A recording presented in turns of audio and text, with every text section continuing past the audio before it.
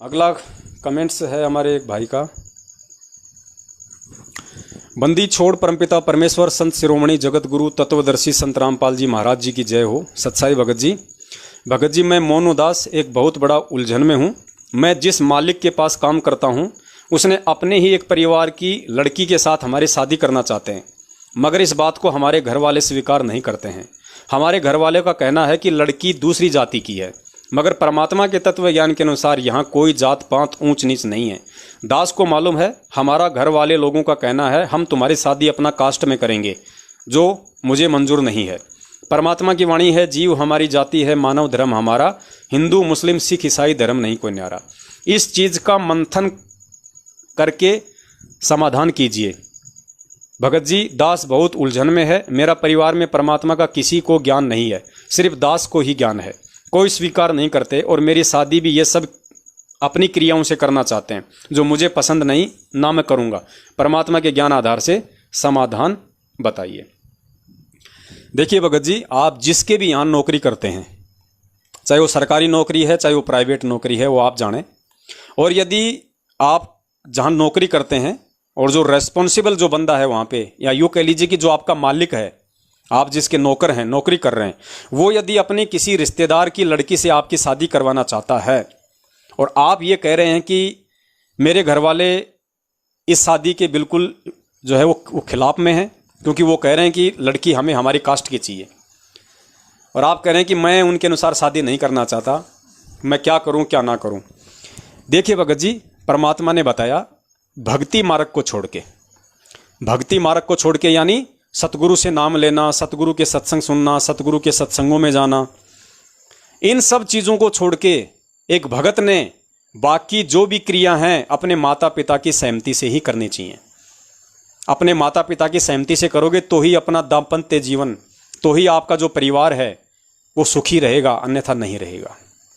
गुरुजी ने बोल रखा है।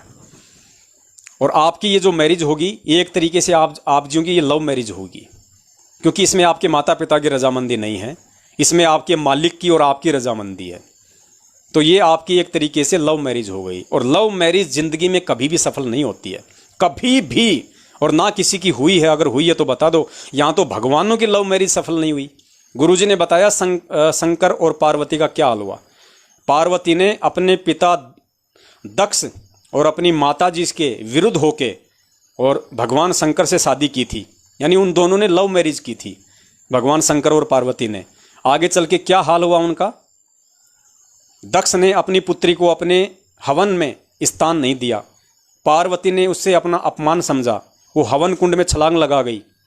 दक्ष भी मारा गया, पार्वती भी मारी गई, शंकर भगवान भी आधा बावड़ा हो गया, उनका जीवन उजड़ गया, उनका जीवन, शंकर भगवान का घर बर्बाद हो गया।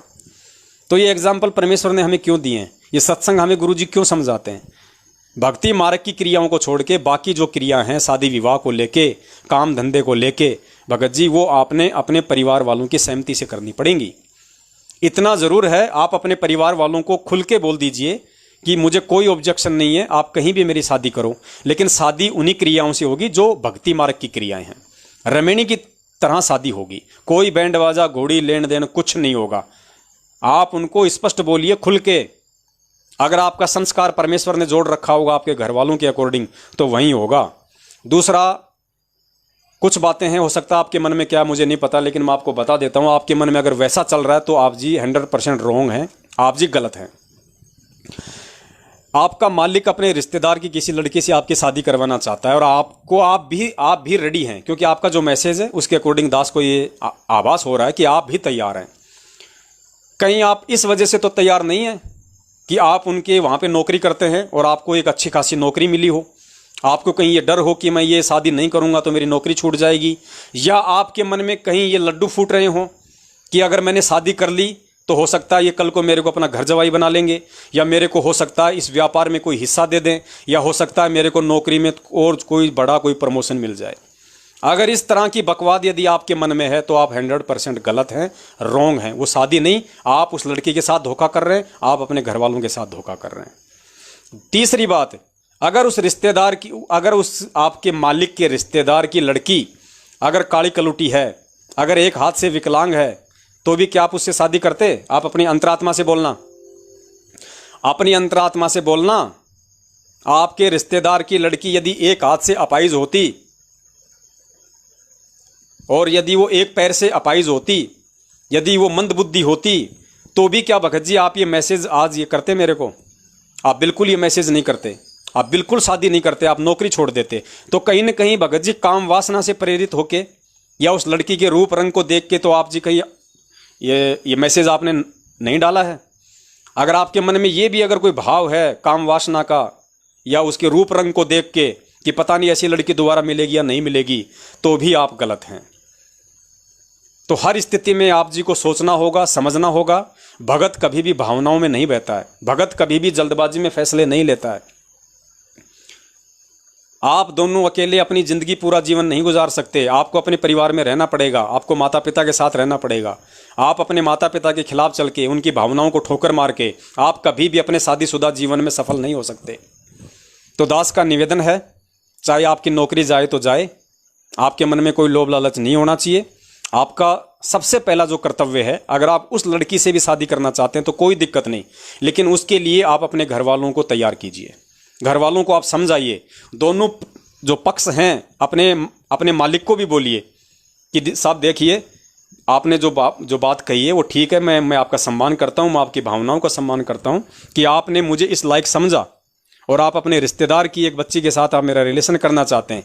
लेकिन साहब मैं एक खानदानी व्यक्ति हूँ, मेरी कुछ मर्यादाएं हैं, मेरे माता पिता हैं जिन्होंने मुझे बचपन से पाला है। 3-4 साल तक माता पिता ही अपने बच्चों की लेटरिन उठाता है, उनके हाथ साफ करता है। आज तो वो लड़की दिखाई दे रही है सुंदर, वो 4 मिनट का जो प्रेम है वो अंदर वो उफान मार रहा है। वो माता पिता का जो वो त्याग है वो शायद आप भगत जी आज आपको समझ में नहीं आ रहा। जब आपको बोलना भी नहीं आता था, आपका चलना भी नहीं आता था, तब माता पिता आपकी हर डिमांड को पूरा करते थे।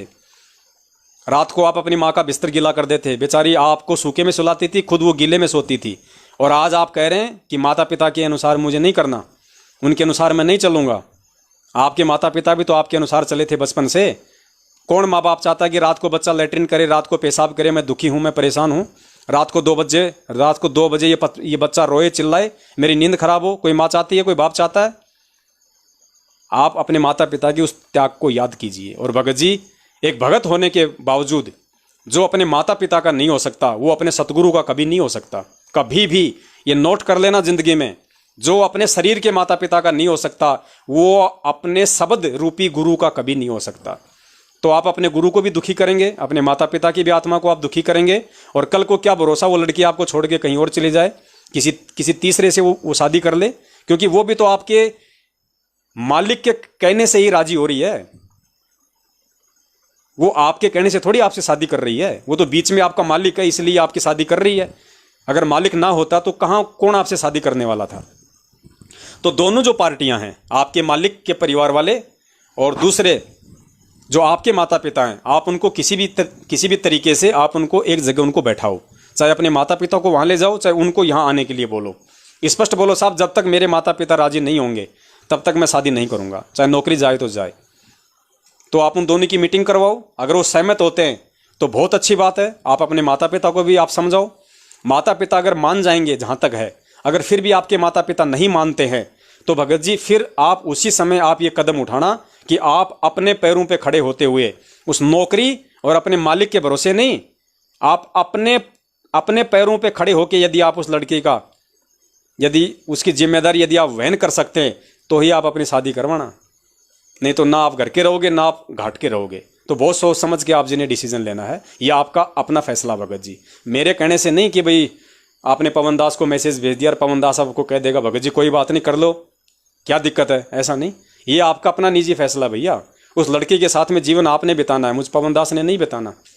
तो ये आपकी जिम्मेदारी है। आगे चल के क्या देखना पड़ेगा क्या नहीं देखना पड़ेगा, क्या होगा क्या नहीं होगा, ये सारी बातों को सोच समझ के ये आपका अपना फैसला भगत जी।